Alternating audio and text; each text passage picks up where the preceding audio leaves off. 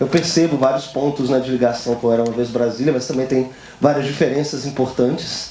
Então, acho que, enfim, seria interessante escutar vocês. Não,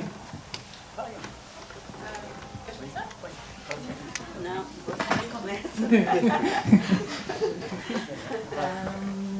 Bom, eu acho que desde o início nós começámos a escrever este filme. Já começou a Copa. Em 2016, 2017, antes de Era Uma Vez, né? E aí a gente estava, nessa altura, tinha acabado de ver o golpe, de certa forma, essa rejeição que houve do projeto de lei que existia, que dizia que 75% dos royalties do petróleo e do pré-sal tinham que ir para a educação, para a cultura, para a saúde. Então nós começamos nessa conjuntura política a tentar pensar o que é que poderia ser um filme onde existiria uma apropriação do petróleo que fosse realmente, na altura, na Ceilândia, né? A gente começa a filmar na Ceilândia, o Sol Nascente surge depois no filme e surge muito nessa questão de que nos interessava muito trabalhar a história das mães solteiras, das mulheres do Morro do Urubu, em Brasília, que são as mães da Chitara, as mães da Leia, as mães de uma geração de mulheres que tem 35 anos hoje. Essa geração mais velha que tinha sido removida dos arredores de Brasília para a Ceilândia e que tinha, na verdade, construído a cidade.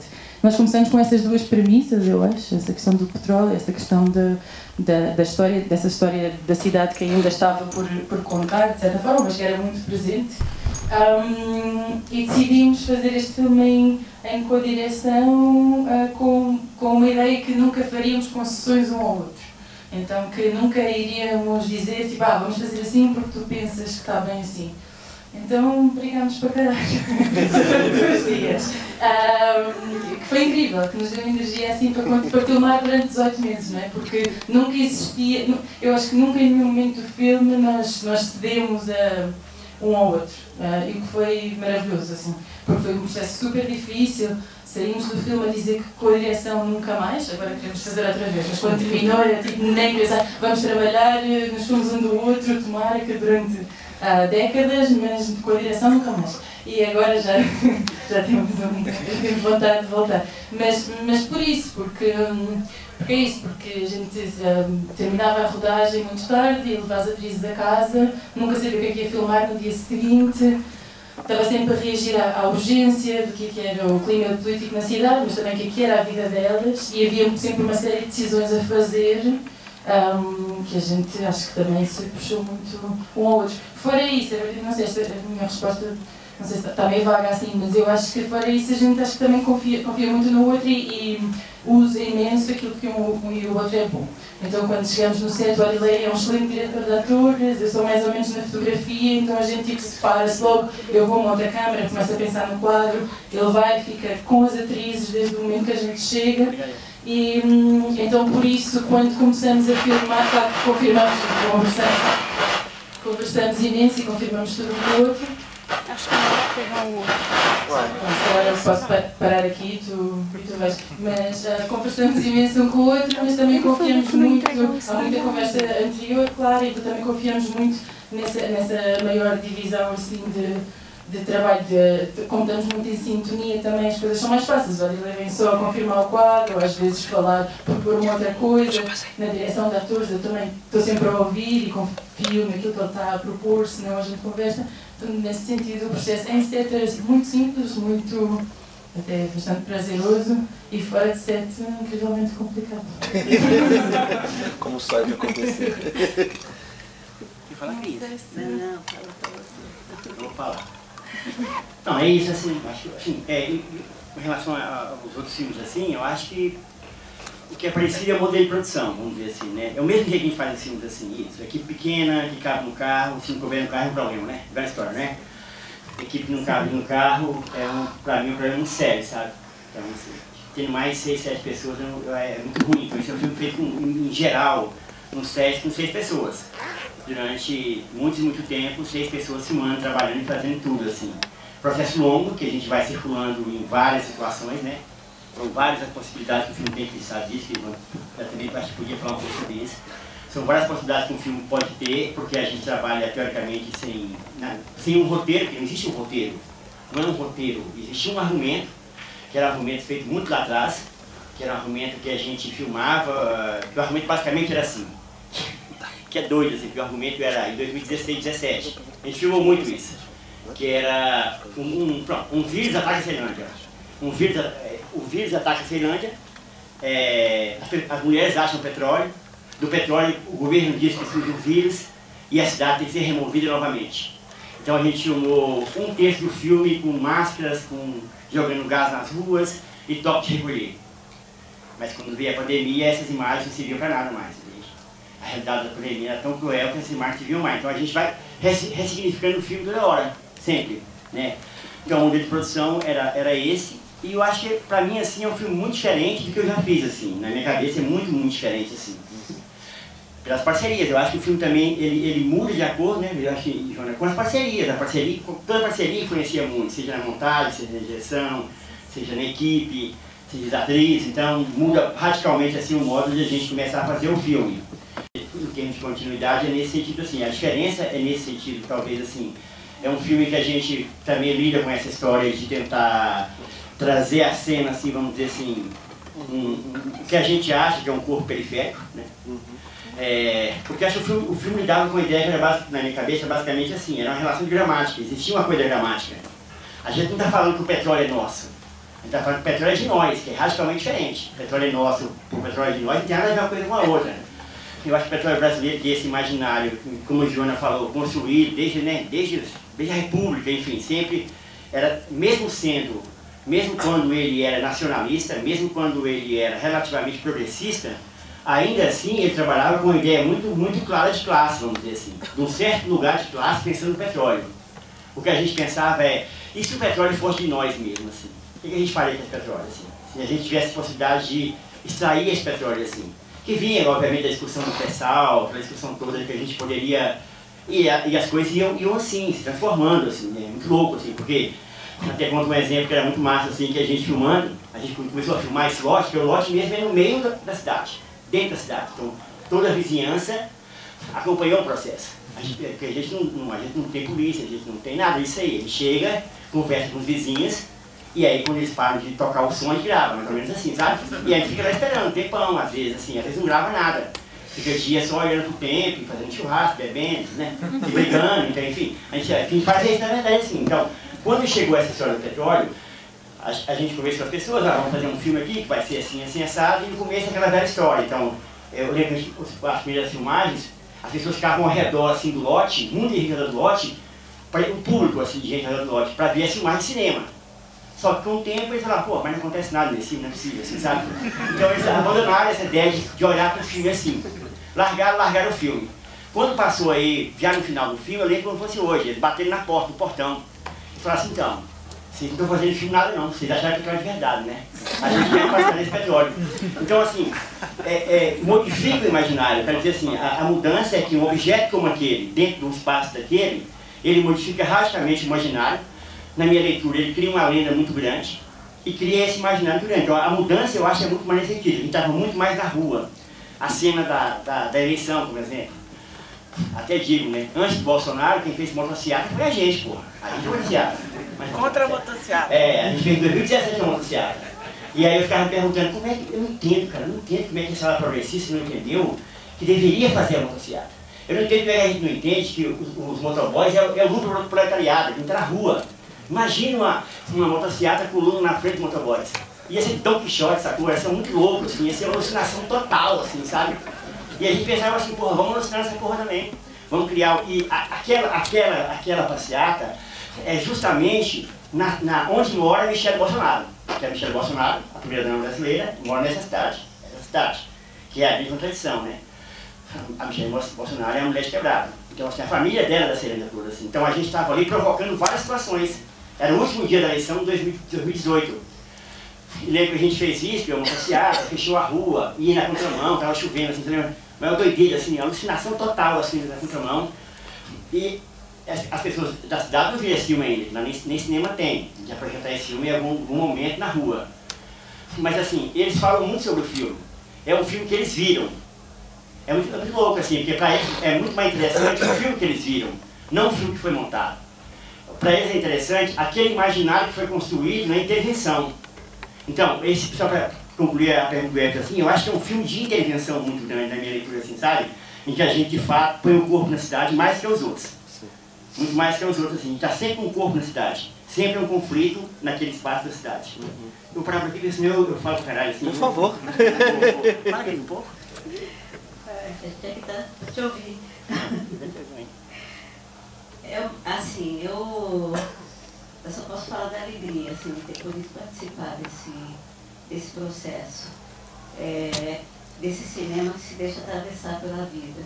Você falou uma coisa de roteiro que é incrível. O Júlio Bressani, eu vi uma vez ele falar, roteiro é uma coisa do produtor. É para o cara planejar o que vai filmar. Não é para você filmar. Porque se você deixa exatamente a coisa, todo o set, o entorno, tudo atravessar, você vai ter um filme muito maior, muito mais... Você tem vida, porque é isso que a gente vê na tela. Né? Eu fico muito impactada, assim, eu sou apaixonada por essas mulheres, porque você colocou, assim, é uma potência que tem na tela, né? Que vem através delas, através da rua, através dos motoqueiros, né? Das conversas. Então, assim, é um filme que ele é muito, ele é balanceado entre longas conversas, e aí eu lembro da gente conversar muito também, né, que o processo de trabalho da gente também foi muita conversa, e isso é muito rico, muitas vezes a gente conversava da vida, conversava do mundo, e isso voltava para o filme, né? Quando a gente ia voltar para trabalhar no filme, tudo isso vinha, e é mais do que as pessoas acham que na montagem você fica conversando, não, eu queria que o filme fosse assim, a gente fala de tudo, né? E tudo veio para dentro do filme. E esse processo foi realmente muito, muito lindo mesmo, muito rico, muito desafiador para nós três, né? Foi uma coisa assim que a gente, de muita busca mesmo. E é a melhor coisa que pode acontecer, na verdade. É árduo enquanto acontece, e eu sempre falo, qualquer processo de criação é um arame farpado. E a gente tem que poder atravessar. E aí, são exatamente essas loinuras que ficam no corpo da gente quando a gente atravessa, é que constrói o corpo que vai ficar, né? Então, acho que essa postura, esse jeito... Eu tenho os filmes pensando nos anteriores, e a coisa que eu acho linda é exatamente isso, quanto vocês, né, se arriscam. E o cinema sem risco também não presta para nada, né? Fica historinha na tela só e que passa, você não precisa rever, né? Eu, nesses últimos dias, é a terceira vez que eu estou vendo o filme, eu fiz questão de ver, eu vi com plenitude, eu vi com prazer, com emoção, porque eu acho isso, quando você tem essa potência na tela, né? Mesmo a gente que trabalhou, que ficou um tempo, né, lidando com essas imagens, ele ainda te diz muita coisa, né? E aí outra coisa que eu fiquei pensando hoje também, né? Tanta coisa que vocês filmaram, tanta coisa que a gente montou e que fisicamente não está aqui, mas está aqui. Todo o trabalho que se teve está aí. Não precisa estar explícito, desenhado em letra de fogo na tela. Ele está enquanto é a alma do filme que está aí, né? Toda a história pregressa do filme. A gente entende essas mulheres, a gente conhece elas, né? Então, sabe, uma coisa assim, você termina o filme com esse sentimento de que você conheceu algumas pessoas ali, né? Porque elas estão ou nas ações que não tem diálogo, né? Que é a potência da imagem, ou em longas conversas, e que são maravilhosas, que elas têm uma fluência, né, que é diferente do diálogo escrito que você ensaia e refaz, nunca é igual, né? Eu lembro que às vezes que vocês faziam, elas repetiram alguma história, era numa situação totalmente diferente, então não era igual nunca, né? Então eu acho que assim, quanto processo de trabalho, assim, é muito, e o impacto, a potência, assim, eu participei de 2 conversas lá na Bahia sobre esse filme, assim, é muito lindo ver o quanto, assim, provoca alguma coisa nas pessoas, né? Tem uma coisa, você sai com vida do cinema, você sai com vontade de fazer alguma coisa, né? Você sai com o DF faroeste na cabeça e dá vontade de sentar numa moto e sair andando por aí, né? Então, acho que é isso, assim, é um processo que você está fazendo uma coisa, mas ao mesmo tempo você está sendo muito atravessado por tudo que você está fazendo, né? As imagens, elas vêm, elas passam pela gente, elas movimentam, elas mudam a gente de lugar, né? E acho que é o jeito mais lindo de fazer cinema, é esse. É o que faz a gente continuar tendo vontade de fazer, né? Bom, muito bom escutar vocês. E eu acho que, enfim, o pessoal que está aqui também deve estar com vontade de conversar com vocês. Vocês têm questões, pessoal? Ó, a primeira pessoa que levantou a mão. Eu? Isso. Acho que nem precisa pra Pode fazer o bloco, né? Meu nome é Bárbara, prazer, obrigado por esse filme. E são tantas coisas, né? Deixa eu pensar o que eu posso falar. Eu estava pensando no que ela falou, né, do cinema do risco, e eu sempre escuto entrevistas de diretores, de roteiristas, e eles falam que aqui no Brasil, falar cinema do risco é tipo uma redundância, que o cinema aqui já é um risco em si.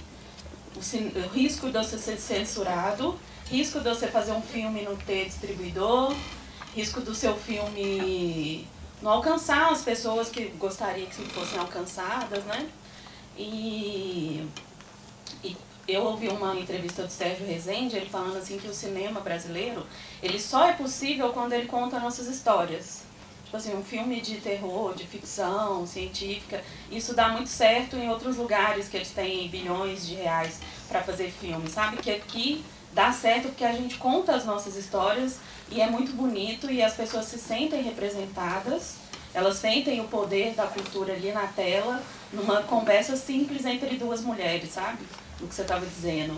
E pra mim é isso, a história da humanidade é a história da luta de classes. E assim, fica muito evidente isso no filme, sabe? O tanto que essas histórias, elas estão sendo atravessadas pela história do Brasil todo. Tá na Ceilândia, lá num lugar específico, mas é a história do Brasil todo, de toda a nossa população, sabe? E é isso, só queria agradecer e fazer esse comentário. Obrigada. Deixa eu levantar da mão. Levantou primeiro, mas eu não faço. Tá. Vamos lá atrás também. A minha pergunta é mais para Cristina, sobre, mas se o Adilei e o João quiserem responder também, eu acho que está tudo certo. Sobre a questão de como essa mudança de dinâmica da nossa relação com as imagens mudou, né? Porque você atravessou a película e tudo mais, e hoje a gente está, se tratando de um filme como a gente viu agora, a gente está coberto de imagens o tempo todo, né? Então a gente tem basicamente informação o tempo todo baseada em imagens, assim. E como que isso, você vê que mudou a sua montagem e como essa crescente de 5 anos, 10 anos para cá afetou o filme em si, entendeu? Gostaria que você falasse um pouco sobre a sua montagem no geral e sobre esse filme em si, porque tenho visto, assim, aquele plano da manifestação e ele ter ficado aquele tempo todo, e o impacto do digital em relação a como era no passado, né, que tinha muito menos material para a gente fazer esse tipo de coisa, enfim, um comentário mais geral. Deixa eu passar por... intenso, né, intensivo e extensivo também. Me faz pensar em várias coisas a montagem, mas a mais forte delas é o Grande Sertão Veredas. A montagem do filme me faz pensar, não é uma coisa que eu tenho falado com a Adilei, né, que o filme parece se costurar com uma memória esburacada, né, dessas mulheres. E aí a montagem parece utilizar muito bem as lacunas, os buracos, né, desvios, interrupções, saltos, e criar uma espécie de amálgama muito complexo, que vai e volta, que zigue-zagueia no espaço e no tempo. Como foi trabalhar com esse material heterogêneo e sobre esse conceito de montagem muito singular que eu estou querendo entender há um tempo já. Já é a terceira vez que eu vejo o filme e dessa vez ele me pegou, lógico, no cinema a primeira vez, me impactou muito e sobretudo com essa costura singular, né?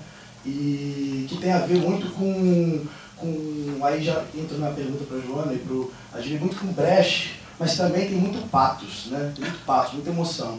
Daí eu entro a pergunta para a Adilei e a Joana, né, que é sobre corpos, espaços e tempos. A forma que vocês lapidam isso. Né? Eu queria saber como que a ideia de etnografia da ficção, que o Adilei tem que eu penso como uma certa praxis, né?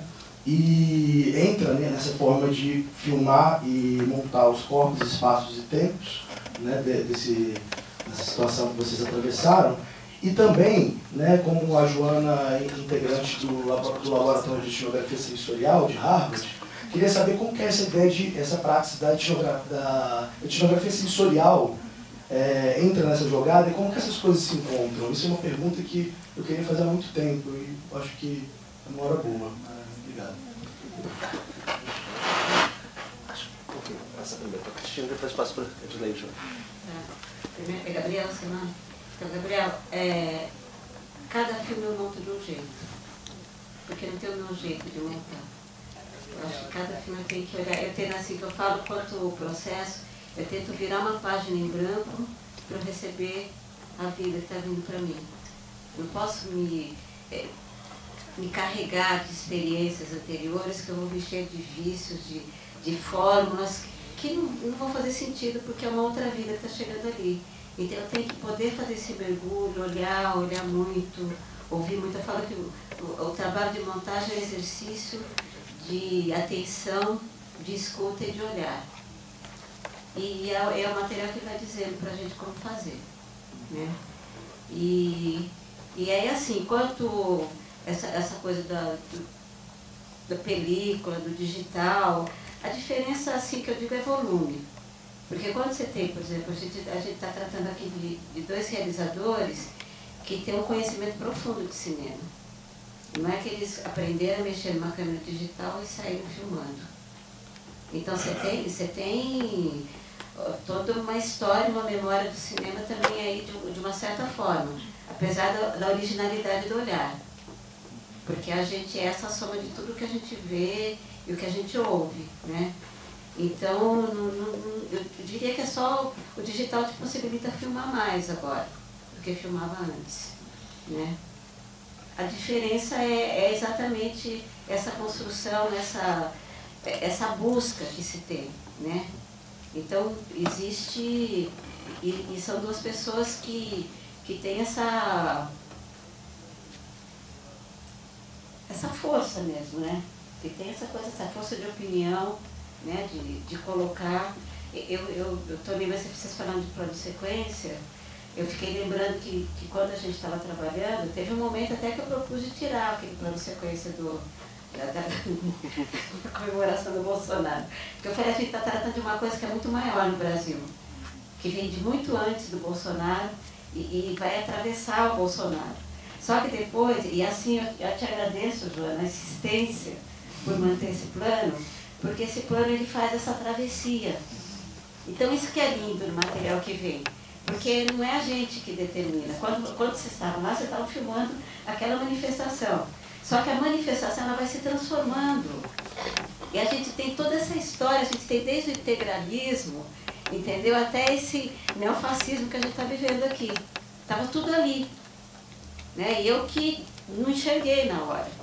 E às vezes a gente não enxerga. É o processo também que a gente... Outro dia eu falei da coisa do erro, né, Adilei, que a gente conversa muito a importância do erro. E aí uma pessoa me chamou a atenção e falou, não é erro, é errância. A gente tem que poder ter esse processo de errância, de não achar que você tem que essa precisão matemática. Porque não é... Isso te empobrece, te ingesta o processo. A gente tem que poder fazer. Eu costumo falar que no processo de montagem é como você andar num labirinto. E às vezes você anda num labirinto sem seta. E aí a busca desse caminho é muito mais árdua, mas ela pode ser muito mais enriquecedora também, exatamente por isso. Né? Então acho que tem isso. Agora, enquanto estrutura do filme, eu devo dizer para vocês que não fui eu que fiz, fomos nós três. Foi um processo muito conjunto. O Adilei trabalhou muito na montagem, a Joana trabalhou muito na montagem. montando mesmo, né? Então o processo foi de nós três ali.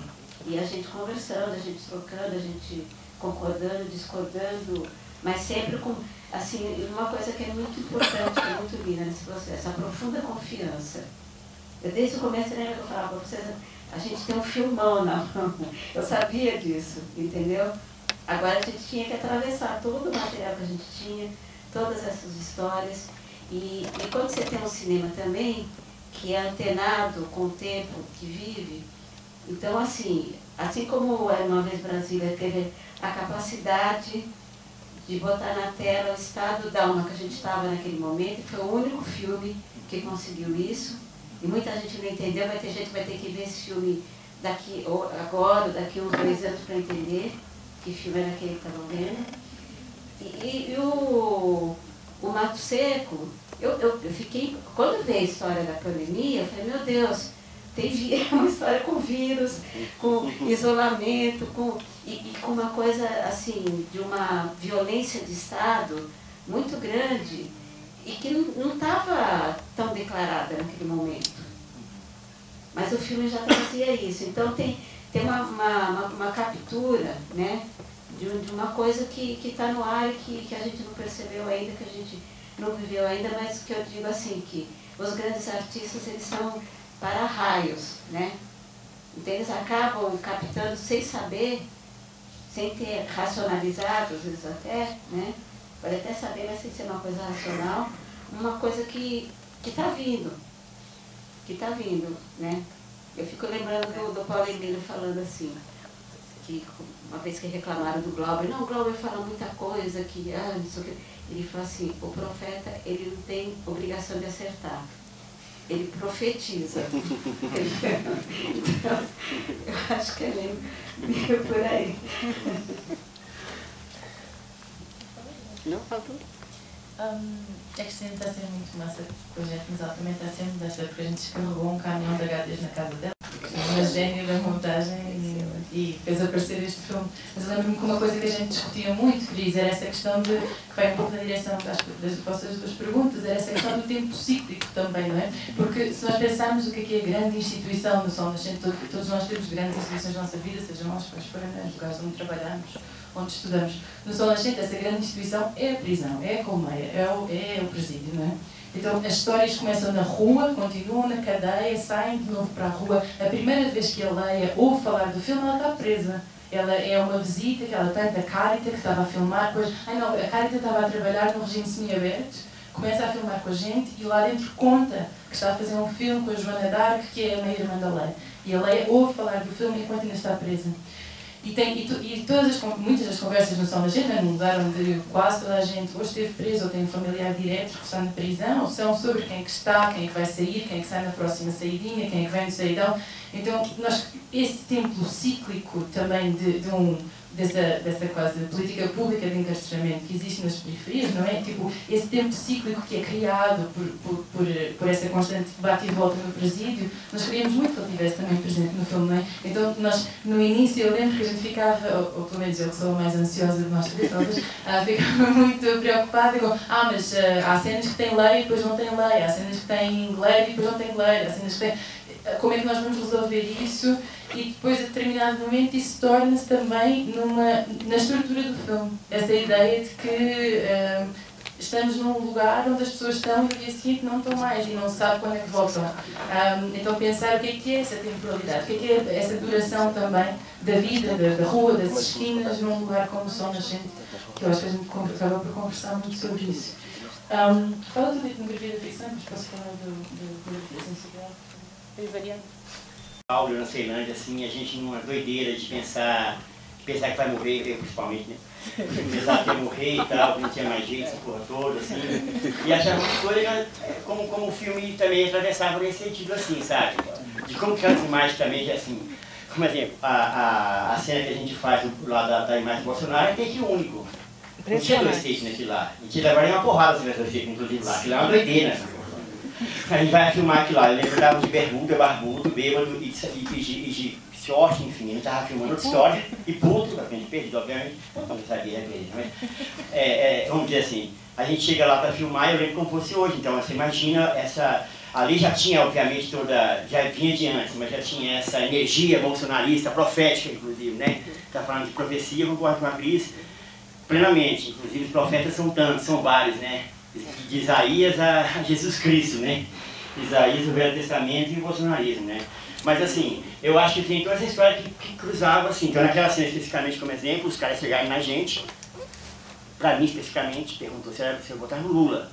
Eu falei, bicho, eu trabalho trabalho aqui numa televisão alemã, que tinha a Joana e o Chicão, que eram duas pessoas maravilhosas, né? Falei, ó, os dois não falam português, sou eu que falo português, e eu tô ganhando meu dinheiro, velho, não atrapalha não, eu quero filmar, se não ganho meu dinheiro, nem pra casa eu volto, na verdade, assim. E aí os caras começaram a representar naquilo lá, aquilo é uma pura representação, o que é mais doido é isso. Quando eu acho aquele plano absolutamente fantástico, assim, eu nem vi aquele plano, pra você ter uma ideia, porque eu estava tentando negociar uma história de como que o plano poderia acontecer. Então, eu acho que o corpo da gente em cena é o filme, essa é a questão, não existe você vai fazer eu vou fazer assim no set, faz assim porra nenhuma, porque o set, como diz a Cris, o set é a vida, e a vida tem humores, tem vários tipos de humores, né?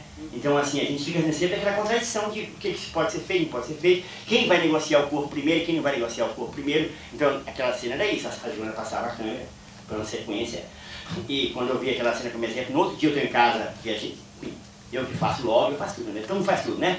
Então a gente lá fazendo logo, de manhã eu vejo a cena e falei, caralho, velho, que doideira. Pra mim é absurdo, assim, quando eu vi a cena. Aí eu até liguei pra ele, caralho, isso é muito louco, como que isso pode acontecer? Mas aquilo acontece, pronto, depois que a gente está 3 anos no filme, a gente está vivendo todo o processo do filme, a gente está fazendo esse filme desde o começo do Temer ali, primeiro, né, antes do Bolsonaro acontecer. Este filme que a gente está fazendo, a gente filmou desde o primeiro dia em que chega, os primeiros dias do que eles chamavam de que lá do... que a direita começou a ressurgir, quando a direita perdeu o cinismo dela. Eles iam para Brasília, em cima de um trio elétrico, e ficavam 12 caras lá falando, e ouvindo Legião Urbana, sempre assim. Legião Urbana é a vanguarda do racionalismo mesmo, né? Assim, ouvindo assim, né? Os caras cantando Eduardo e Mônica, tem um dia, irá dizer. Aí os caras gritando, né? A gente falava assim, porra, meu irmão, esses caras estão doidos, velho. Esses malucos aí nunca vai acontecer esse negócio de você, para que os caras estão falando. Aí no outro domingo a gente filmava, aumentava, né? E era assustador, assim, que a gente tem muito mais de 100 horas de material, de cobertura de 4 anos, no mesmo lugar do aumento das pessoas que estavam ali. E foi usada uma cena que é a cena final. Então, quer dizer, aquela cena final, na verdade, ela é alimentada por todas as outras cenas que existiam na vida da gente antes. Eu penso assim, quando a gente começou a fazer ela. E na montagem é a mesma coisa. Como é que a gente vai construir, então, uma ideia como que esse Partido do Povo Preso, que a gente colocou lá no filme, poderia ter um embate com esse outro partido, vamos dizer assim, com um certo partido. E como que a gente já existia muito isso, né? Essa alma, vamos dizer assim, esse tempo reacionário na periferia, né? A periferia é tão reacionária como qualquer, né? Não tem essa ilusão de periferia é menos reacionária do que o centro, vamos dizer assim. De outra forma, eu acho que tem uma outra forma também. Eu acho que a gente não entende muito bem como é o processo que está ali, a gente não entende muito bem que lugares são aqueles ali. Quando a gente faz a cena da igreja no nosso filme, né, Cris? A cena da igreja também, várias pessoas falavam, pô, mas vocês estão na igreja e tal. Para mim, a coisa mais massa que existe é segunda-feira à tarde, como exemplo, ir para a esquina e ouvir os cantos evangélicos assim, de fora assim. É muito bonito, é muito triste, porque são os cantos do desespero, o canto do desemprego, o canto dos párias. Uma coisa é aquele canto que está ali fora, outra coisa é como se estabelece essa política dentro da estrutura, vamos dizer assim, né? Da estrutura pentecostal e por aí vai. Mas aquele povo que está ali é o povo. A ideia de, se a gente procura um povo brasileiro, desculpa, mas o povo brasileiro, na minha leitura, está ali, sabe? E a gente fica pensando, a gente fala tanto essa coisa de vida, de ancestral, né, da nossa ideia ancestral, vamos dizer assim. Tu pensa numa ideia ancestral do povo de Ceilândia, na minha cabeça. Uma cidade que tem 50 anos. Uma cidade que foi jogada, arrancada de um lugar que não tem uma memória. Não é uma cidade que tem uma memória. A memória é de 50 anos. De pessoas de vários lugares, de vários estados que caíram ali dentro. Então, a ancestralidade desse povo, na minha leitura, são as esquinas, são as igrejas, são os bares. É ali que a gente constrói o nosso imaginário de uma cidade, que vai construindo. Então, é só para dizer assim, que tem, quando essas coisas dos corpos, assim, eu acho que tem muito a ver com esse tempo do filme. O corpo é o tempo do filme, cara. Você constrói o corpo se você quiser, eu acho assim, desde que você dê tempo para ele. o corpo das personagens do nosso filme variaram durante o filme todo, né, Jonas? Assim, de certa forma, assim, quando a Leia chega, quando a Chitara chega, então, assim, desde o processo, como exemplo, assim, de seleção das atrizes. Como é que a gente vai escolher as atrizes, assim? Eu lembro quando a gente queria, quando eu e Jonas saía, ficava horas e dias, assim, na Ceilândia, atrás das atrizes, assim, correndo atrás de um lugar para o outro, para achar, vamos dizer assim, aquela pessoa que a gente achava que poderia ser massa para estar no filme, por exemplo. Aí a gente chegava, e é isso, a gente queria achar mulheres para ser arquetípicas de um filme como o nosso. São mulheres arquetípicas, na verdade, né? Mulheres heroínas. Chitara não é Pantera, Chitara é Thundercats, é muito diferente. Essa é a questão, não tem nada de Pantera, não é as Panteras Negras, que é muito diferente. Chitara, então, é um personagem de Thundercats. É uma história, quase que uma história de popular nesse sentido, né? Que ele quebra vários paradigmas também, assim, né? E quando a gente já na Chitara, ela falou isso, né? Que o apelido dela era capoeirice, o nome dela era Chitara na capoeira, assim, sabe? Era tudo muito... E a gente perguntou, a Chitara, a gente chegava para ela, a primeira coisa que ela perguntou assim, então, isso é filme pornô, é? E você fica imaginando como que as coisas são tão tensas, assim, nesse espaço também, de como que as pessoas não se reconhecem, não poderiam se reconhecer enquanto atrizes ou atores, assim, sabe? E quando você... Aí eu acho também que o corpo também tem uma ideia de ofício. Porque os nossos filmes são filmes de ofício. A gente paga as pessoas, a gente estabelece, mas não é nada ali, ninguém ali trabalha, vamos dizer assim, de forma diletante. A gente estabelece uma história de ofício, a gente está com a grana que a gente captou, a gente produziu uma grana e a gente quer que essa grana seja distribuída nesse espaço aqui. A gente vai distribuir essa grana nesse espaço aqui. Eu lembro bem do motoboy, né? Porque não tem como pagar motoboy oficialmente, né? Como é que paga motoboy oficialmente, assim, né? O cara não tem e-mail, não tem CNPJ, tá fudido a gente, assim, né? E eu lembro que a gente chamava, anunciava, que era tanto o cachê de motoboy, e os caras ganhavam na época R$20 na noite e a gente pagava 50 para aparecer. E os caras curtiam cinema pra caramba, assim, se amarravam assim, assim. Eu lembro que às vezes dava 100 motoboys assim, pra fazer as cenas com a gente. Eu lembro que eu chegava assim com a mala cheia de dinheiro, parecia um gangster, com cigarrão, com papel, com Ceilândia, com Santana velho, esse cara deve ser um gangster, com a mala cheia de dinheiro. E fazia uma fila da porra, assim. E os caras falavam, então, e o próximo trampo que dia que é, velho? O próximo trampo que dia que é, sabe? Então, tudo isso influencia radicalmente no filme, né, Cristina? Por exemplo, a gente tinha uma discussão, se vocês concordam, assim, a discussão que a gente tinha era assim no filme, não. O filme tem um ponto de acabar que é aqui. Quando Leia é presa, e o depoimento dela é tão forte, que ali acabou o filme. Com 2 horas de filme, a filme acabava. Só que a gente tinha feito um acordo com elas. O acordo era, vocês vão ganhar. O acordo que a gente fez, vocês vão perder nunca nesse filme. Como é que a gente termina, então, o filme que a Leia é presa?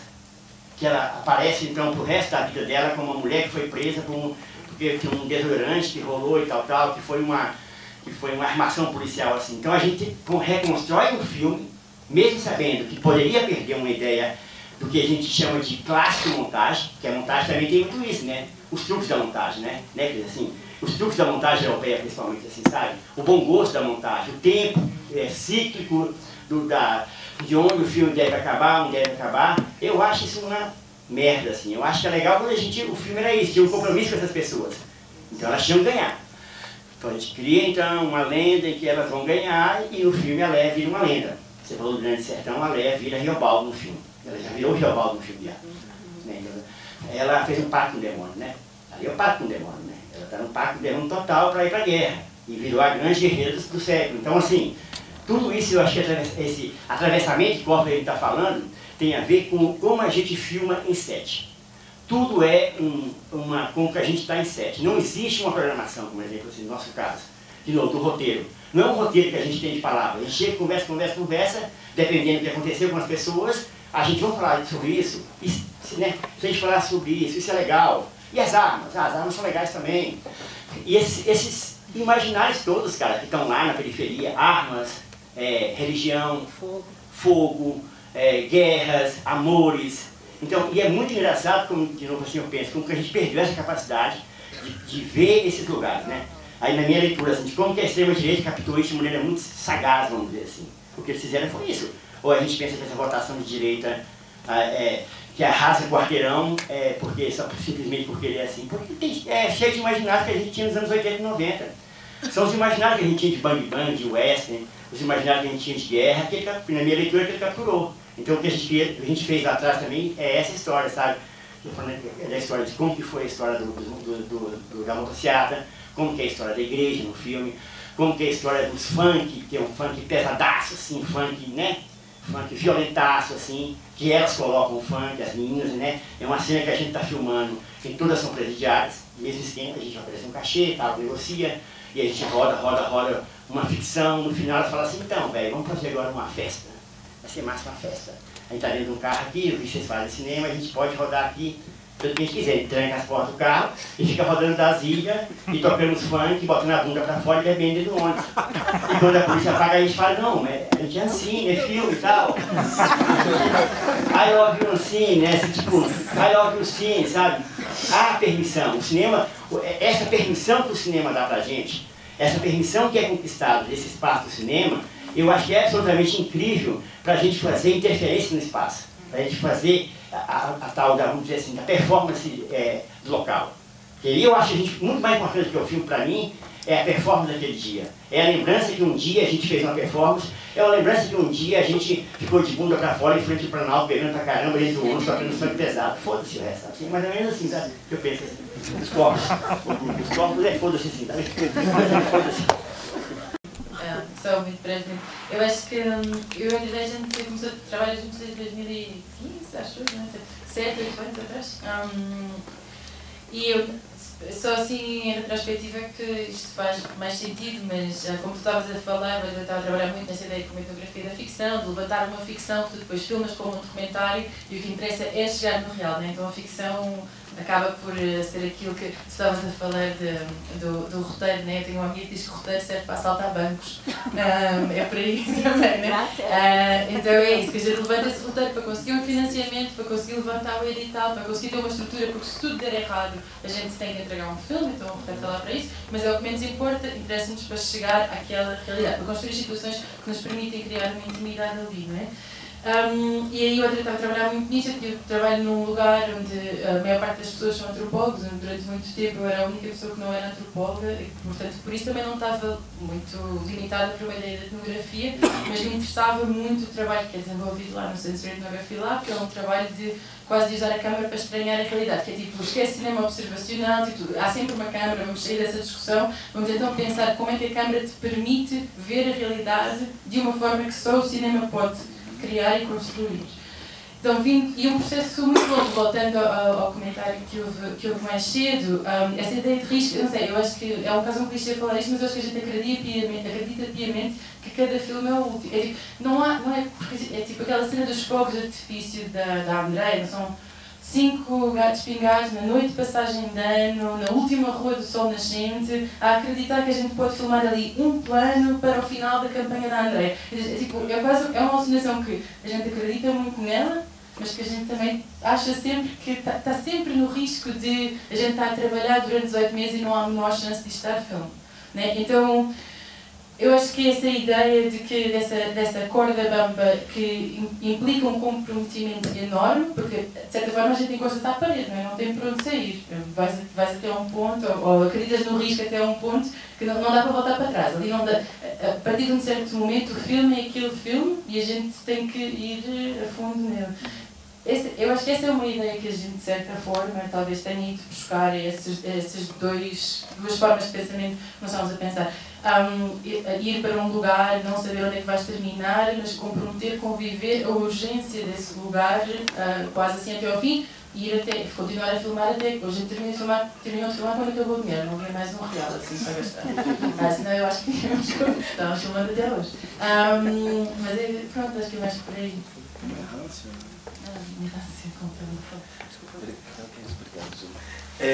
Você tinha levantado a mão, tinha uma pessoa lá atrás. A dúvida que eu tinha sobre a relação da montagem do filme foi algo que ele perguntou, mas eu iria perguntar não com tantas terminologias e exemplos, assim, com essa linguagem mais cinéfala, né? Eu iria falar mais mesmo como uma pessoa que assiste o filme, que curte muito cinema, que trabalha de maneira ainda que independente, mas que não quer perder exatamente essa coisa importante que você falou, que é cada filme, cada obra, é necessário que a gente faça um esvaziamento. Né? Essa coisa da assinatura, dessa coisa padronizada do cinema, isso me dá um pouco de preguiça. No momento que Leia, né, no momento que Chitara fala que Leia, que ela estava muito feliz porque estava participando do filme e que ela foi presa, naquele momento é o momento que desvela um pouco para mim, né? Essa coisa da construção da montagem. E aí depois, a partir daquilo dali, é que eu começo a linkar as coisas e presto mais atenção na montagem até o final. Como que isso foi resolvido?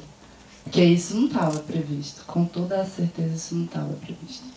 Aí quando você, Adilei, fala que você prometeu para elas que elas não iam perder, essa era a minha preocupação. Porque, assim, a branquitude, ela roteirizar, ela filmar, ela dirigir filme, falando da própria branquitude do sistema, eu acho que é esse o lugar, assim, né? O cinema é um grande meio de comunicação, um veículo imenso de comunicação, e que cada vez mais as pessoas tenham acessibilidade para isso. Mas, assim, hoje eu te ouvindo e te vendo pela primeira vez, eu te olho e te vejo com um olhar de mais dengo, mais acolhimento, mais corpo aberto, assim, mais abraço, assim.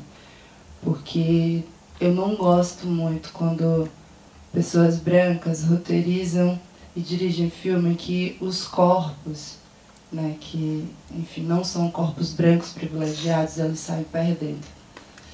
Então, essa era a minha pergunta, né? Uma pergunta que vai desde a escrita do roteiro, como isso foi dirigido e principalmente depois como foi montado. Quando a gente sabe, mesmo que durante o filme, que Leia foi presa, rodou. E assim, essa coisa do cinema cru, sabe? Eu consigo ver, assim, sabe? Essa coisa de caminhar pela rua, caminhar pelos bairros, olhar como as pessoas se vestem, conversar com as pessoas, convidar as próprias pessoas para elas participarem do filme. E também a sua escolha, a escolha de vocês de filmar ela falando aquilo e, tipo assim, tacar um foda-se, tipo assim, quase um foda-se gigantesco, assim. Claro, se preocupando muito com a narrativa do filme, mas foi extremamente inteligente, assim. E aí, isso, assistindo esse filme, estando aqui com vocês, me leva para uma outra curiosidade, assim, né? Como que vocês são recepcionados, assim? Geralmente, né? Quando são filmes que tratam de questões totalmente da estrutura, assim, como que a própria branquitude, assim, né, recepciona vocês? Eu digo, não nesses lugares, mas tipo, se tu fosse para um Cachoeira Doc, sabe? Ganhou ontem. Aí, como que a branquitude, como que as pessoas... Porque, assim, a gente tem que ver o cinema como essa coisa da comunicação gigantesca, assim, como arte, e como a arte comunica, mas a gente também tem que sair um pouquinho dessa preocupação só dessa linguagem, sabe? De terminações cinematográficas quando a gente está usando de um outro lugar para criar. Então, parabéns. Eu amei o filme. Parabéns para vocês. Amei o cuidado do filme. Amei como tudo se deu. Amei a montagem. Fiquei apaixonada pela montagem desse filme, assim. O cuidado para onde as coisas foram, como cada personagem existiu dentro da montagem desse filme. E é isso. A pergunta de uma pessoa que não entende muito, não tem muitas terminações para poder dar para vocês, mas que torce muito para o cinema ele ser visto e colocado não só nesse lugar, assim, né? Mas num lugar mais humano e mais próximo, assim. E mais simples e mais foda-se mesmo, sabe? Mais verdadeiro. É isso. Você tem uma energia muito massa, assim, quando você fala pra gente assim. Assim, eu só poderia responder pra você assim. Eu faço o filme na Ceilândia, no mesmo lugar de sempre, desde 2005. Desde 2005 eu faço, é a mesma rua, na verdade. O filme é na mesma rua, na verdade. Eles perguntaram um dia, mas eu tenho 4 longas, tenho curtas, tenho alguns médios, enfim. Eu sempre também me aventurei a fazer filme assim, sem essa gramática que você está falando com o plenamente. A gramática que eu tinha era a tentativa de falar bem assim, pô, a gente pode fazer filme, a gente pode ter uma câmera e pode fazer filme aqui na rua, com as pessoas que a gente gosta. E na minha cabeça assim, sempre era uma ideia de como que a gente vai fazer para que o lugar que a gente mora, o bairro, a quadra, ela se sinta vitoriosa. A gente cria um outro imaginário, né? Eu fico pensando como essas coisas sempre aconteceram assim, entre a gente, assim. E como esses filmes, na verdade, assim, uma vez uma pessoa me perguntou assim, principalmente em relação ao Brandsai, se eu conhecia alguma coisa de afrofuturismo, né? Num debate assim, você conhece alguma coisa de afrofuturismo e tal? Isso em 2014. Eu falei, não, a gente fazia, a gente não conhecia absolutamente nada sobre isso, dessas teorias. A gente foi fazendo um filme que a gente estava na energia das pessoas que estavam ali, e talvez se eu conhecesse, o filme seria outro. Porque conhecer sobre isso te traz também todo um arcabouço, que é um arcabouço construído de maneira fantástica, por esse arcabouço decolonial, é um arcabouço muito incrível, mas também é um arcabouço que, para o cinema, ele também ingessa alguma coisa. Ele traz um engessamento muito grande para o cinema. Porque também a gente te coloca num lugar em que o cinema teria que responder a esse lugar. Eu penso que o cinema é um lugar anti-instituição, o foda-se, como tu disse. Para mim, o cinema só existe enquanto uma instituição. Se ele vira uma instituição, ele vira filme que, na verdade, ele está discutindo o quê? Um filme que é instituição, que é muito contrário, eu acho, da política. A gente só conquistou tudo que a gente tem hoje, que é pouca coisa, mas é uma conquista muito grande. Se a gente pensar de 98, eu entrei na universidade em 98. Eu era a única pessoa da Ceilândia, tinha 500 mil pessoas, eu era a única pessoa da Ceilândia a estar no curso de comunicação, 98. Hoje em dia, tu vai no curso de comunicação, ele é repleto de pessoas, periferias, pardas, negras, brancos muito pobres. Então é muito interessante você ver esse aspecto, que é governo Lula, governo Dilma e tudo. A gente fica pensando assim, como que este lugar, que o cinema, ele não pode aderir a este lugar. Ele não pode aderir mesmo às pautas políticas de vanguarda. Eu acho que não pode aderir. É o contrário. O cinema é antipauta. O cinema é o único lugar que eu acho que a gente poderia, como tu disse, ter uma energia sincera para botar o corpo em jogo. O corpo nosso está em jogo. As contradições nossas sempre estão em jogo, assim. Porque se a gente fosse, como exemplo, pensar no que tem uma discussão que poderia vir depois do filme, a gente jamais filmaria a Leia. A Leia é politicamente incorreta desde a nascença. A Leia, como ela diz, né, eu estou falando aqui do Riobaldo, eu estou fazendo um filme chamado Grande Sertão Quebradas, é o Veredas, né? Que a Leia é o personagem principal. Aí eu perguntei para a Leia assim, Leia, tu quer ser de Adorinho ou Riobaldo? Ela olhou para mim e falou assim, cara, eu pego os dois, uma boa, assim, tal, não tô nem aí, sabe? É muito um corpo que está em jogo, sabe? Um corpo que tem outro, de um outro lugar, inclusive, que está fora das grandes pautas brasileiras. Porque a gente pensa também, acho que às vezes a gente se esquece que o Brasil é muito mais do que Rio, São Paulo, Belo Horizonte, Rio Grande do Sul, Salvador, os grandes centros. Por exemplo, Ceilândia é totalmente diferente disso. O dia a dia de uma cidade como aquela é muito, muito diferente. Os códigos, as palavras, a gente demora a entender uma palavra às vezes, sabe? E a palavra muda radicalmente o imaginário da gente, né? A gente demora a entender, como exemplo, uma palavra que vai virar a instituição. Então, quando essa palavra não existe ainda, existe a imagem do cinema, eu acho. Antes da palavra, como verbo, né? Primeiro vem o verbo, né? No cinema é o contrário, primeiro para mim vem a imagem. Porque o verbo estraga tudo. Quando entra o verbo, é roteiro, na minha cabeça. Entendeu? Então, assim, tem todo esse processo que vai limando, assim. No meu caso específico, é isso. Não tem muito, assim, eu filmo com as pessoas que eu gosto, que moram perto da minha casa. Sempre. que as pessoas que eu gosto, eu jamais filmaria com uma pessoa que eu não gosto. Nem na equipe, nem como ator. Jamais. Sabe? Até filmaria com uma pessoa reacionária. Mas nunca com uma pessoa que eu não gosto. Assim, no sentido de que somente aquelas pessoas que você gosta, que eu acho, é que você pode imaginar cinema juntos. Quando a gente fala de cinema independente, cinema independente, não, o cinema brasileiro que é muito potente, que sempre foi muito potente. Eu acho que quando ele jogou esse jogo, vamos dizer assim, em que a gente está no limiar do desastre, né? A gente está no limiar de nada acontecer. Como o Jonas disse, nosso filme tem uma fragilidade, em certo sentido, imensa. Mas a gente curte essa fragilidade. Não é que a gente sofre com essa fragilidade. A gente vai pro carro, bota o Roberto Carlos, bota o Mano Brown, sei lá, a gente vai ouvindo música, vai comendo no carro, bebendo pra caramba, levando música de trânsito e pensando no filme. É assim que a gente faz. Entendeu? Mas assim, agradeço pela pergunta, assim, que eu acho que isso, quando o debate, vamos dizer assim, quando um filme chega na possibilidade de debate real, como tu colocou aqui, eu acho muito foda. Assim. Porque o que eu mais sinto falta no cinema é quando esse debate vai no osso, entende? Porque o debate sempre é muito na carne, né? Quando ele corta o osso da gente, dá aquela gastura no osso da gente, eu acho que a gente começa a refletir sobre os filmes, do modelo de produção da gente, da melancolia que a gente faz os filmes, e dizer que isso, o filme que a gente faz, no sentido clássico do cinema de mercado, não tem futuro nenhum, graças a Deus, sabe? É sem futuro, é tipo os caras na rua falam pra gente assim, tu faz o quê? Aí eu faço cinema, mas tu trabalha de quê? É mais ou menos assim, sabe? Aí é isso, tu anda com uma bolsa cheia de dinheiro, bebendo toda hora, ou tu é traficante, tu é polícia, ou tu sei lá que tu é, ou cineasta, sabe? Ou agora já fala assim na rua, ou cineasta, né?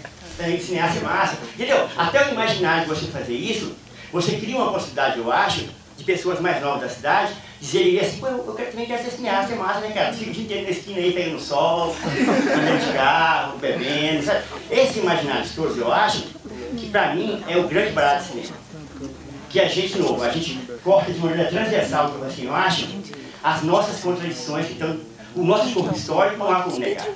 Ninguém nega o seu corpo histórico. Agora, o corpo histórico pertence a um território. E o território, às vezes, ele é muito mais múltiplo, vamos dizer assim, de outras situações possíveis que existem. Onde a gente se encontra nessa solidão, porque as periferias são solitárias.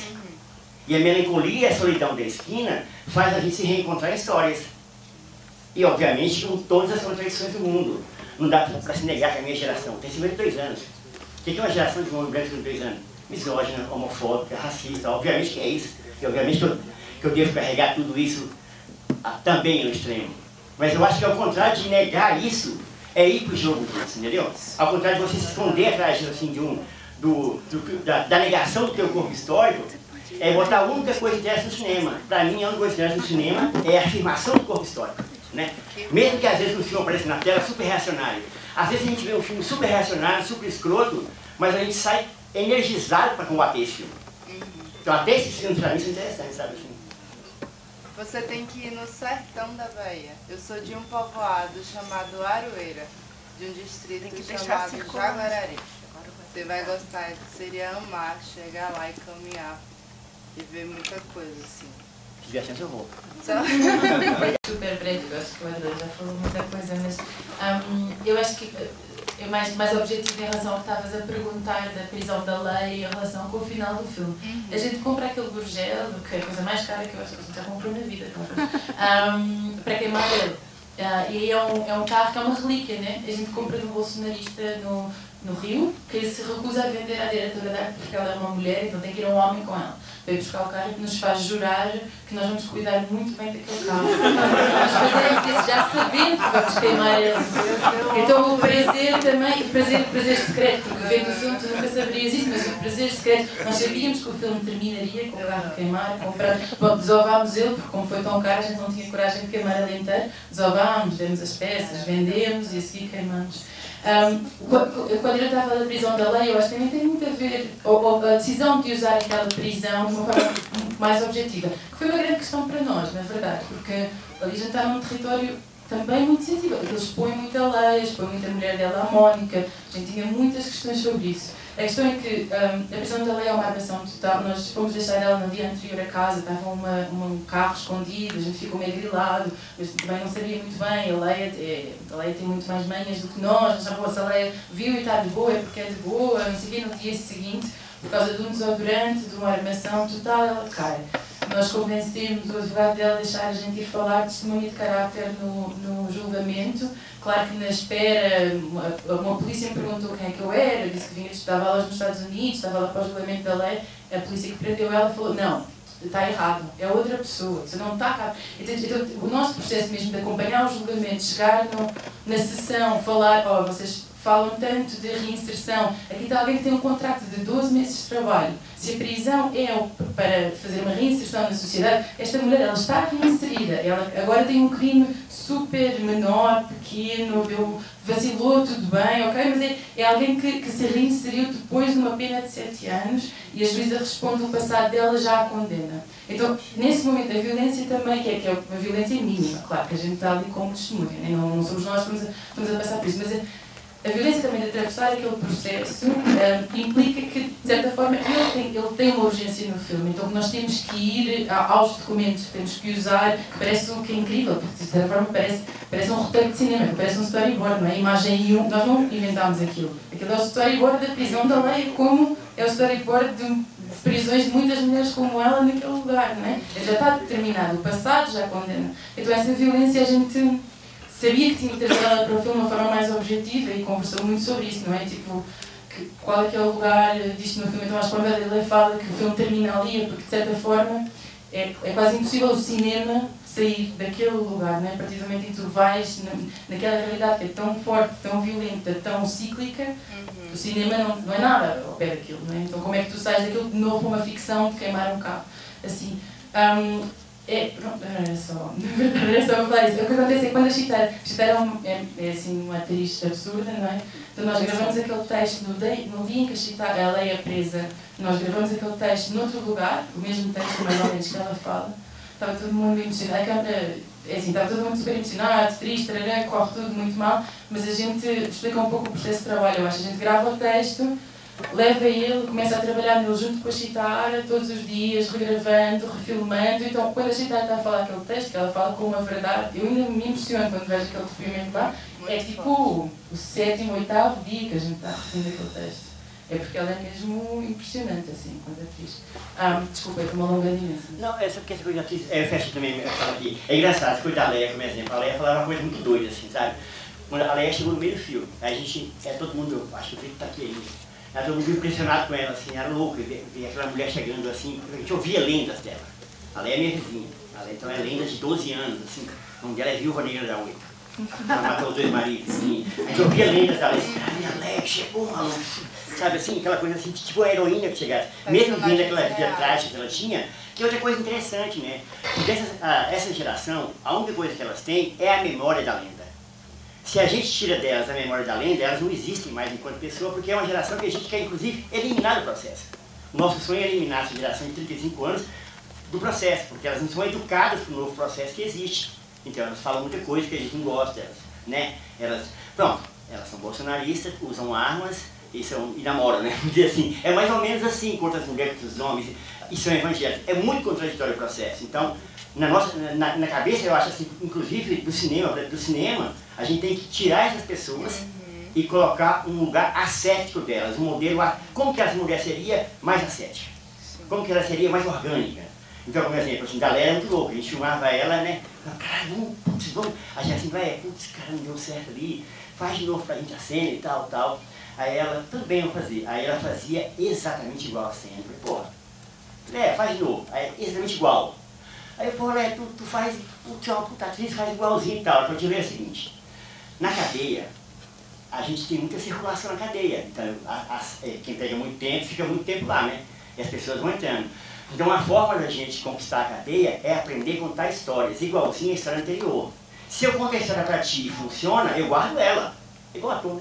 Eu guardo ela e eu vou contar para as outras presidiárias. Então, ela tinha um ciclo de contar a história que ela fala para mim, é absolutamente normal repetir as histórias, porque eu sei que vocês gostaram da história.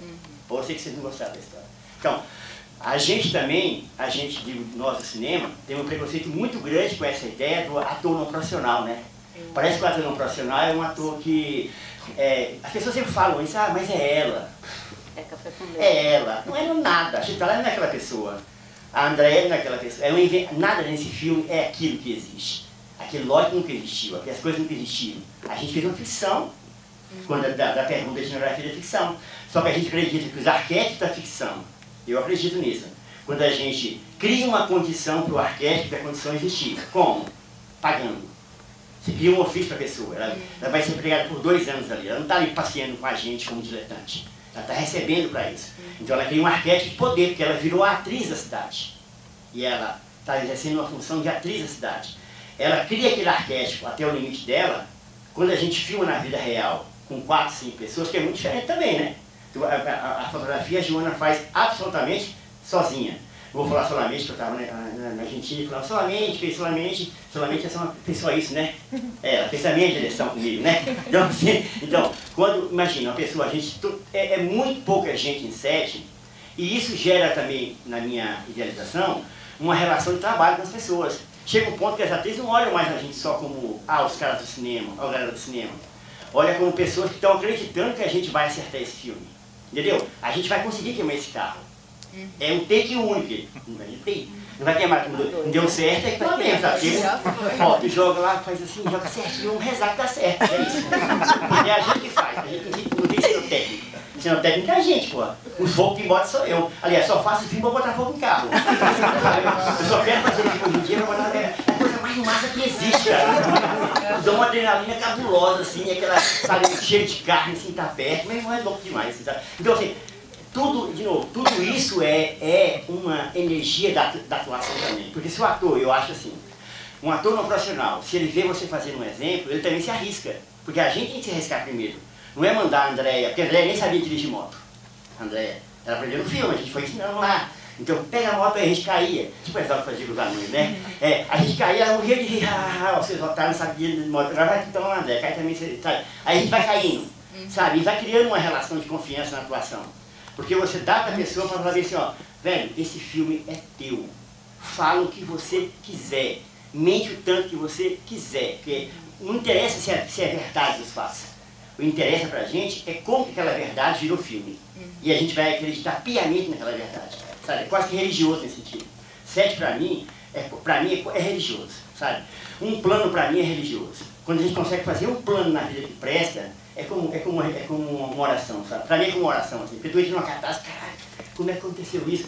Como é que tudo deu certo, sabe? Então, eu tô falando muito já, né? Mas é por aí, sabe? Essa onda que vai cortando tudo, sabe? Assim, e esse cortar tudo, eu acho que é o cinema, cara, sabe? Assim, não adianta a gente ficar nessa nossa onda de que a gente vai fazer esses filmes ascéticos, esses filmes corretos, esses filmes redondos. É massa também, eu acho que cada um segue o caminho que deve seguir e faz o filme que quer. Né? Existem vários tipos de filmes.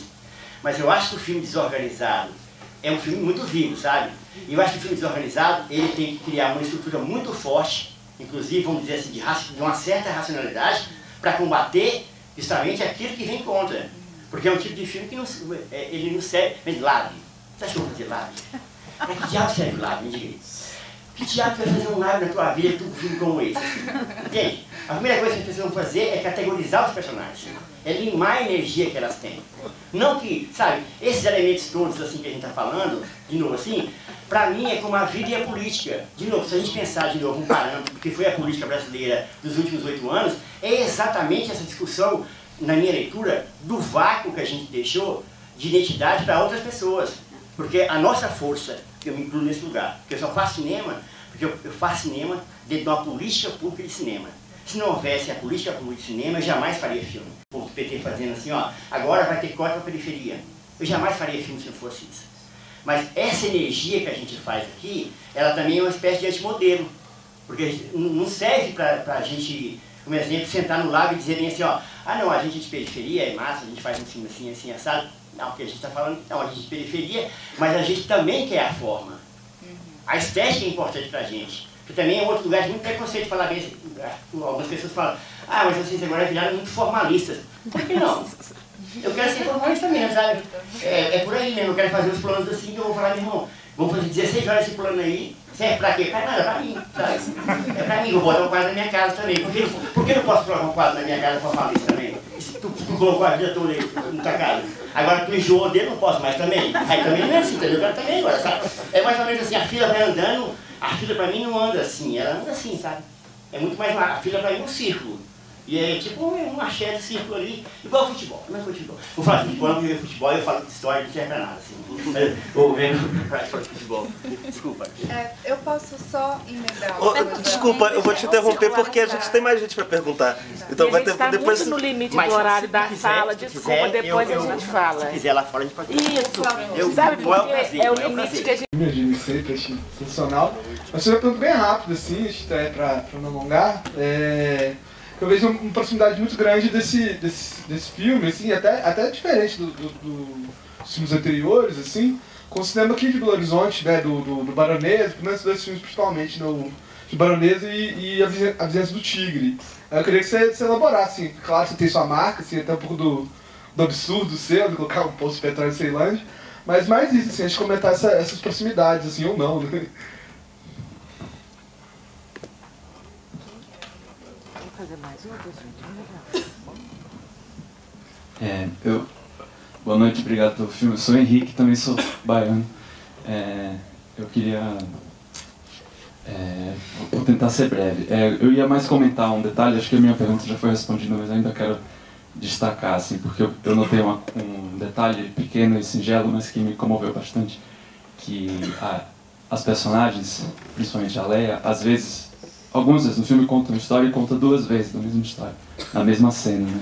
E eu achei isso tão bonito porque é tão natural que as pessoas façam isso, né? Eu mesmo faço isso muito, eu conto uma coisa, depois eu conto de novo, no mesmo momento, porque uma vez eu lembro, outra vez eu estou mastigando aquela lembrança, né? Eu estou revivendo aquilo um pouco, e existe um hábito, ou um vício, ou uma imposição, ou uma operação padrão, talvez, de se você tem duas repetições da mesma coisa no filme, o que você tem que fazer é escolher a melhor e deixar a melhor e acabou. E aí eu achei lindo que tivesse essas repetições. Eu ia perguntar como foi feito, se foi de propósito, mas você meio que já respondeu sobre as repetições, como ela repetia as histórias. Mas eu queria mesmo assim dar esse destaque porque me comoveu bastante. Valeu.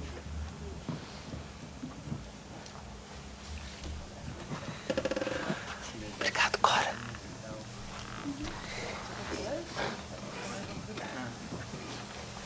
Boa noite, Gilei, boa noite, Joana, boa noite, Cristina.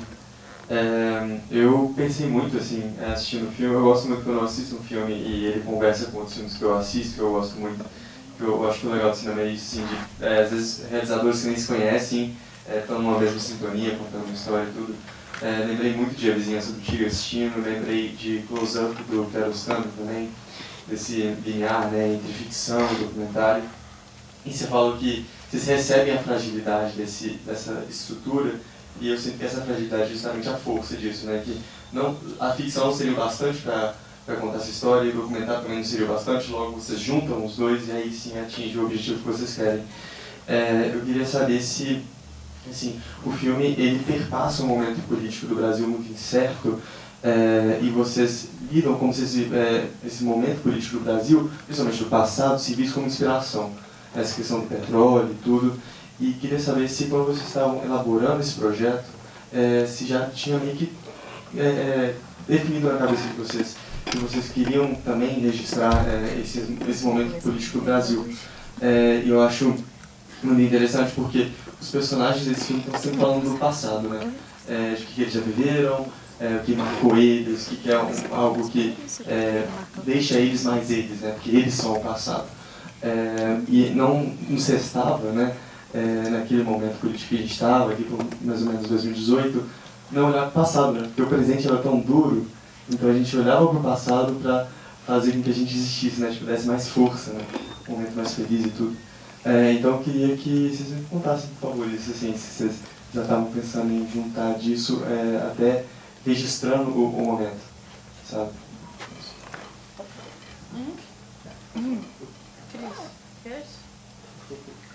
Deixa eu só falar uma coisa rapidinho e depois acho que passo para vocês.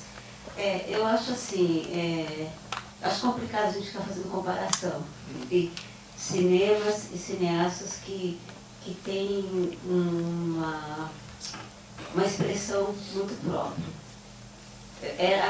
Fica facilitadora. A gente fala, lembra isso, lembra aquilo. Lembra a história do cinema inteiro, se a gente for por aí, né? Então, acho que é interessante a gente também olhar para a essência do trabalho que a gente está vendo, né? E eu sinto isso nesses filmes também, que a gente tem uma essência. Assim como o Afonso tem uma essência no trabalho dele também, e tem também um caminhar. O Afonso não dá mais para a gente ficar pensando nele na Vizinhança do Tigre. Eu prefiro pensar nele nos 7 anos em maio. 7 anos em maio, né? 7 anos em maio. Então, sabe? Então tem uma coisa assim que também que as pessoas caminham. É complicado a gente ficar preso e fazendo comparações. É que nem se comparar, comparo você com ele. É a vida. Cada filme é uma vida.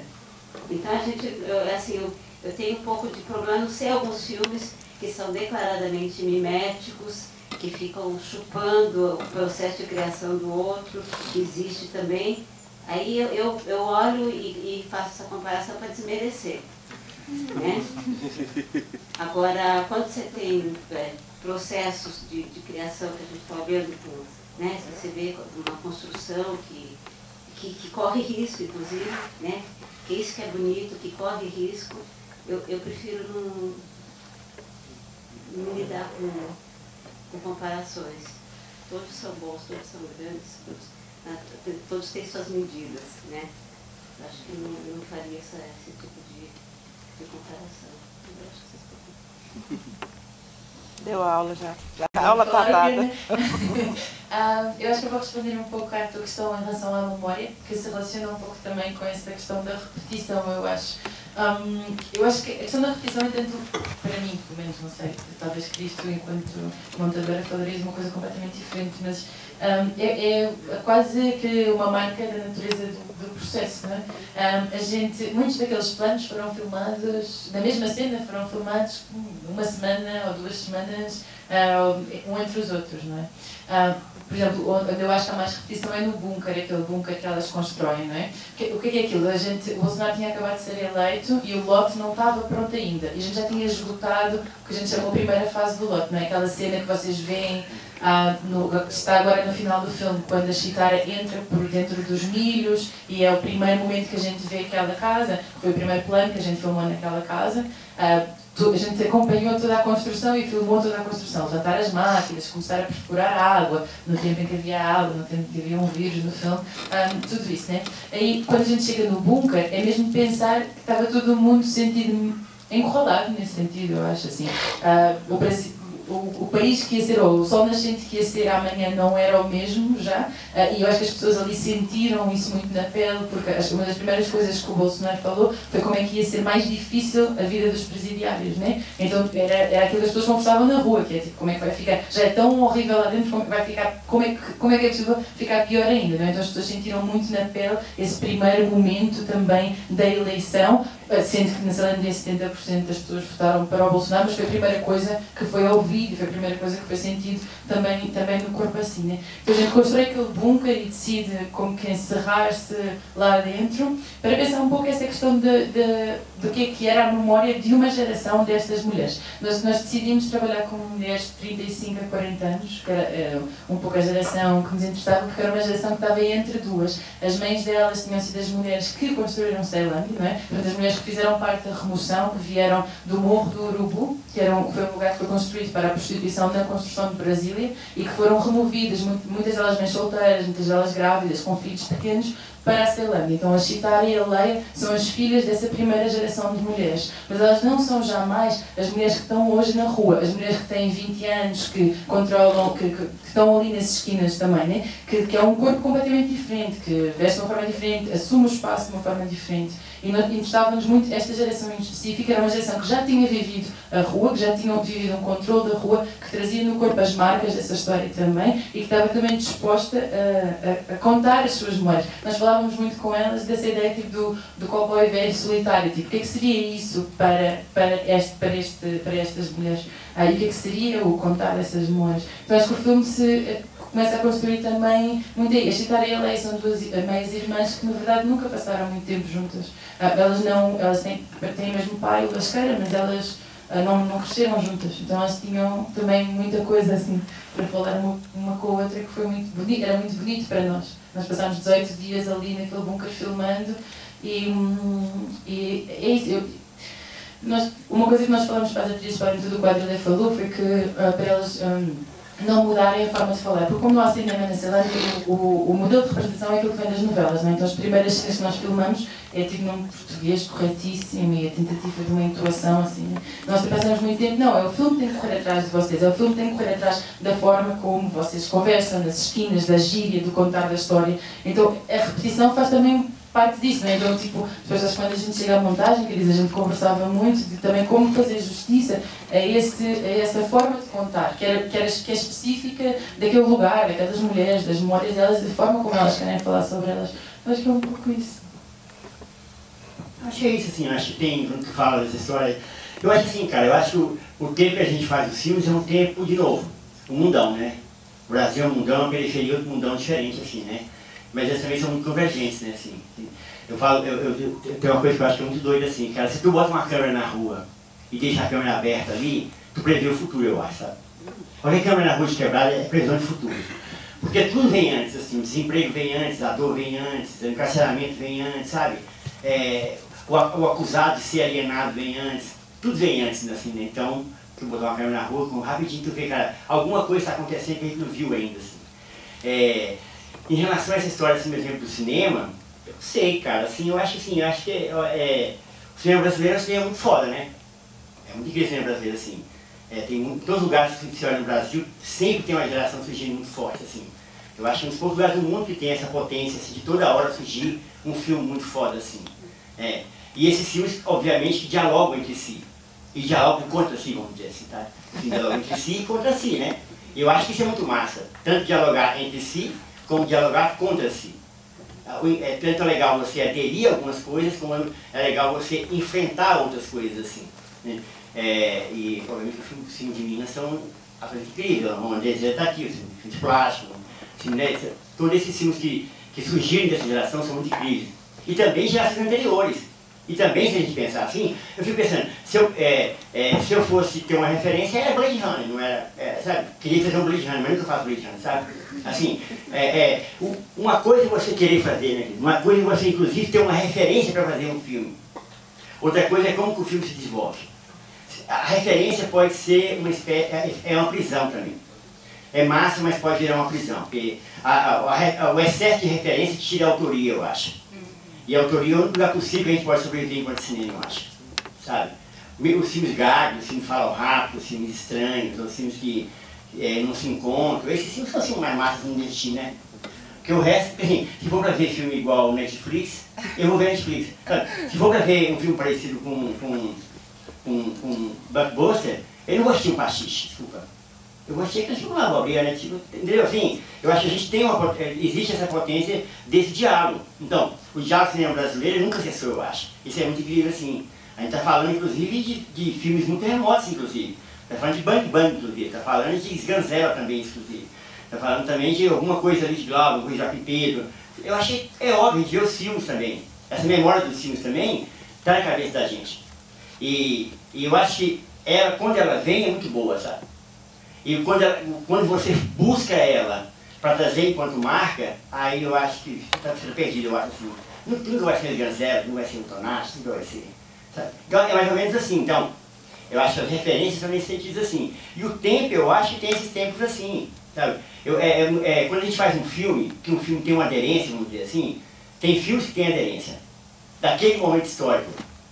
Aquele filme que foi feito naquele momento, com certeza, naquele mesmo lugar ali, tem 30 filmes sendo feitos igual àquele momento, no Brasil. Talvez o filme seja primeiro, talvez o filme tenha mais diálogo com o público, talvez ele tenha mais sintonia com o que está acontecendo politicamente. Mas com certeza, cara, é um sentimento que vem abarcando todo mundo, na verdade. O sentimento do cárcere é isso, né? A gente tem uma política pública de encarceramento, não é isso? O Brasil é a nação da política pública de encarceramento. Que é muito doido de pensar assim, né? Então a gente tem uma nação paralela, vamos dizer assim, né? A gente tem um Brasil, uma nação que corre como um eixo paralelo mesmo, que é um país muito louco, assim. E esse eixo paralelo também tem essas tensões todas, assim, sabe? E isso está nos filmes. Talvez, e só é permitido de estar nos filmes, porque talvez os filmes tenham essa liberdade de fazer esse modelo, que a gente não questionou uma coisa que é muito simples. Todos esses filmes que você falou, eu acho que eles têm em comum uma coisa: modelo de produção. Que é aí que eu acho a grande questão. É o modelo de produção que permite os filmes acontecerem. Me parece que tanto o Planeta quanto o Vizinhança, ele tinha um modelo de produção também muito, vamos dizer assim, de uma certa liberdade, de um certo lugar em que a gente não se encontra, de um certo questionamento de pensar que eu tenho que estar naquele lugar ali, viver aquele lugar, que jamais um filme que fosse modelo de produção clássico, mesmo do cinema independente, que a gente chama de cinema independente também, existe uma figura que às vezes assim controla tudo e cria um modelo de produção clássico. Nada contra. Dizendo que isso não permitiria que outro filme acontecesse. O modelo de produção permite um filme e não permite outro. É muito simples assim. Não existe um modelo de produção. O modelo de produção, ele vem antes do filme. A tua planilha de Excel vem antes do teu filme. Não se preocupe com isso. Se não gosta de matemática, tem que saber Excel, tá bom? Porque ela vem antes do teu filme. Não vai existir esse filme em que a gente sonha, que parece que não há essa contradição. Se a gente está falando, inclusive, cinema de periferia, a primeira contradição é o dinheiro. É como manter esse filme, como manter a gente no processo. Como tu vai sobreviver enquanto cineasta? Entendeu? Aquela pergunta, você trabalha de quê? Ah, eu faço cinema, trabalha de quê? Né? É mais ou menos assim, como que tu vai viver esse mundo se você não cria condições materiais para ele, numa linguagem mais marxista? Se você não cria esse modelo de produção, né? Se você não cria os meios de produção. Os meios de produção fazem esse imaginário. Para mim não é o contrário. Não é o imaginário que faz meio de produção. Os meios de produção que você tem na mão te permite criar qualquer imaginário que você tiver.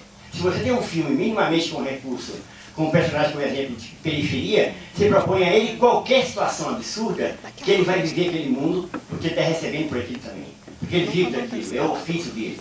Entendeu? A ideia do trabalho é muito associada com o imaginário, eu acho. Não é diferente como as pessoas pensam. O trabalho é o imaginário. A forma que a gente trabalha gera um certo imaginário. Se a gente pode, o cinema enquanto trabalho pode gerar, eu acho, imaginários potentes políticos, porque ele gera o imaginário da revolta.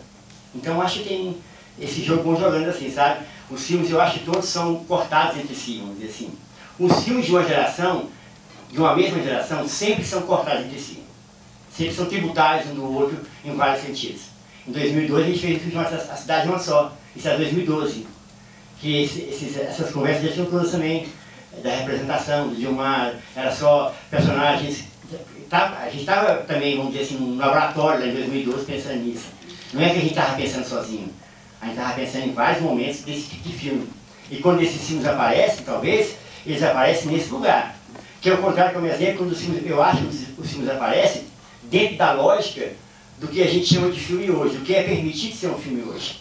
O que é permitido, o que a gente pode fazer no filme hoje? O que a gente pode dizer no filme hoje? O que a gente não pode nunca dizer no filme sobre hoje? Entendeu? Isso é. Boa. Eu queria agradecer demais a Adileia, a Joana, a Cristina e a todo mundo que está aqui e convidar vocês a continuarem assistindo o festival. Hoje é só o começo, né? E a gente vai ter várias outras conversas legais como essa aqui ao longo da programação que vai até dia 20. Muito obrigado, pessoal. Boa noite.